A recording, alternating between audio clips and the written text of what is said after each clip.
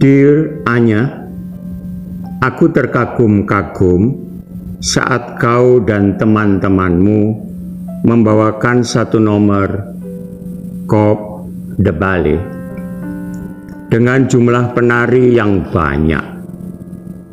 Kau berada di antara mereka. Ya, setiap balerina memiliki kaki yang ramping. Kau pun demikian dan membuatku terpukau.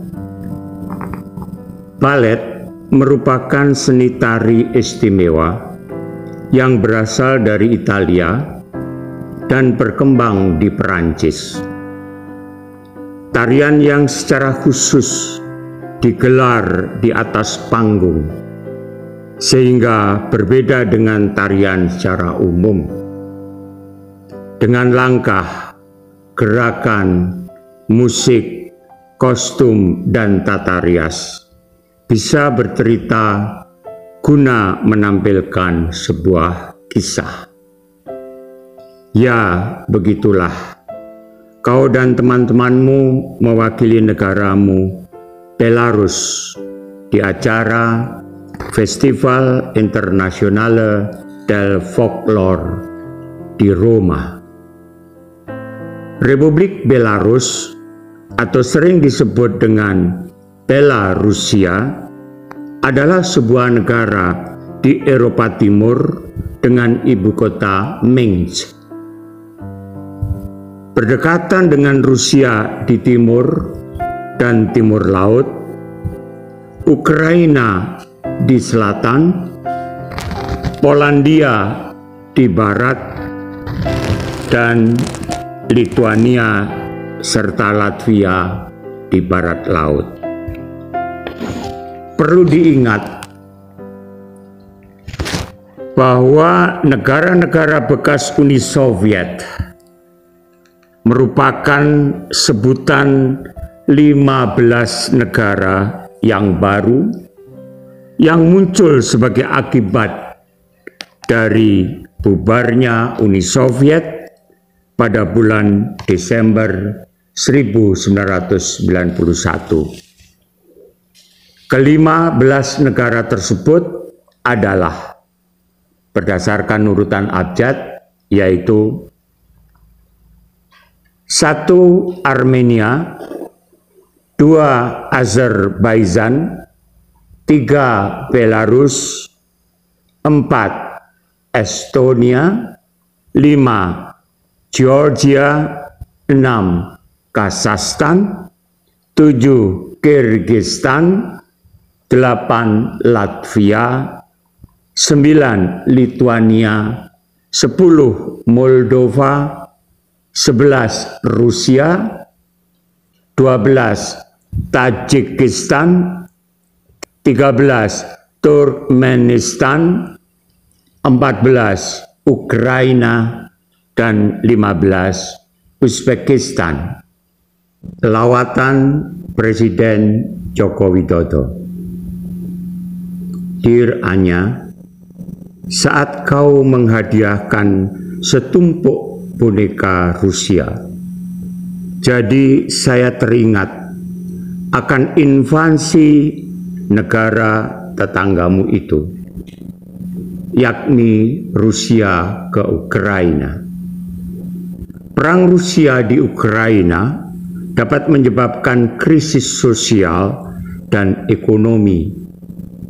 Rusia juga memblokir pelabuhan Ukraina, menembaki infrastruktur sipil, dan mencegah Ukraina untuk mengekspor sebagian besar produknya.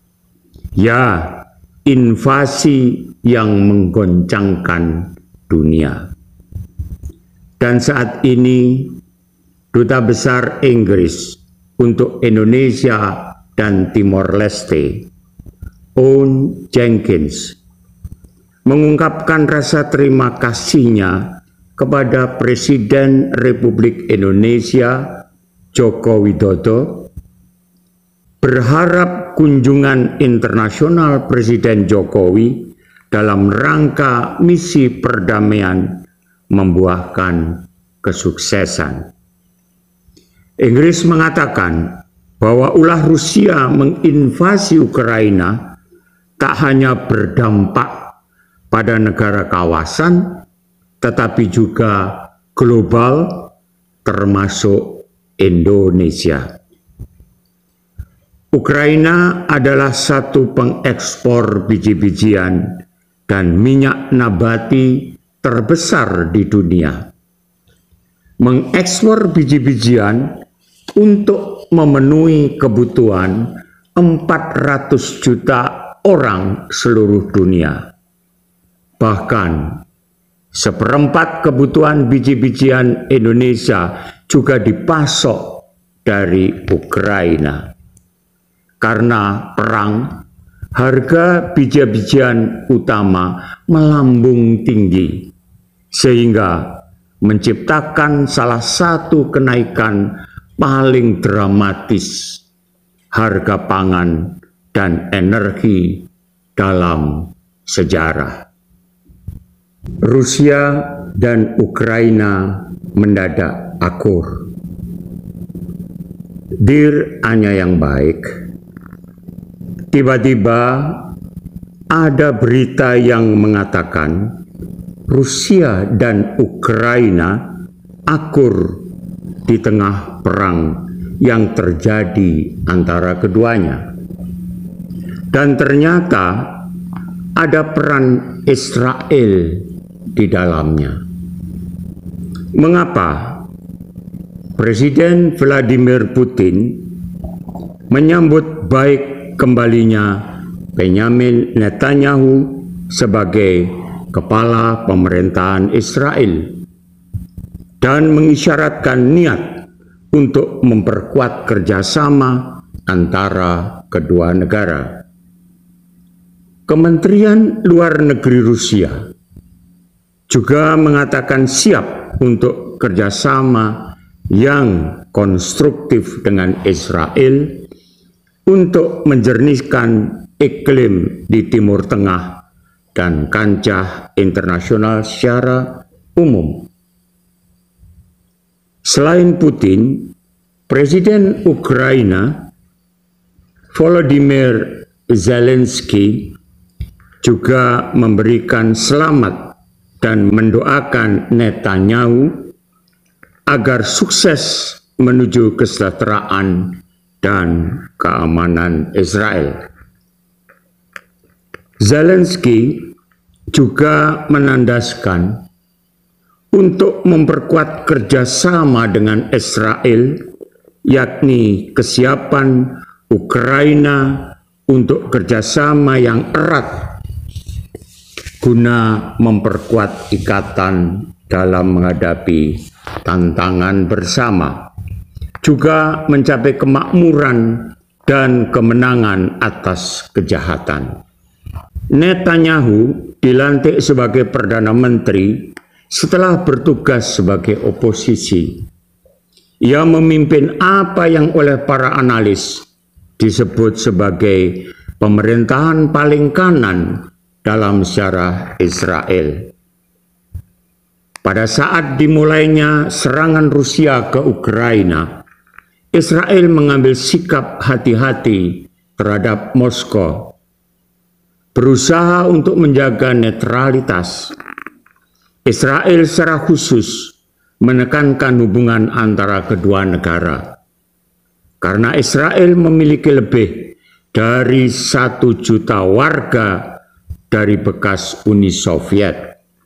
Sampai sekarang, Israel belum memberikan senjata ke Ukraina, meskipun Zelensky berulang kali meminta.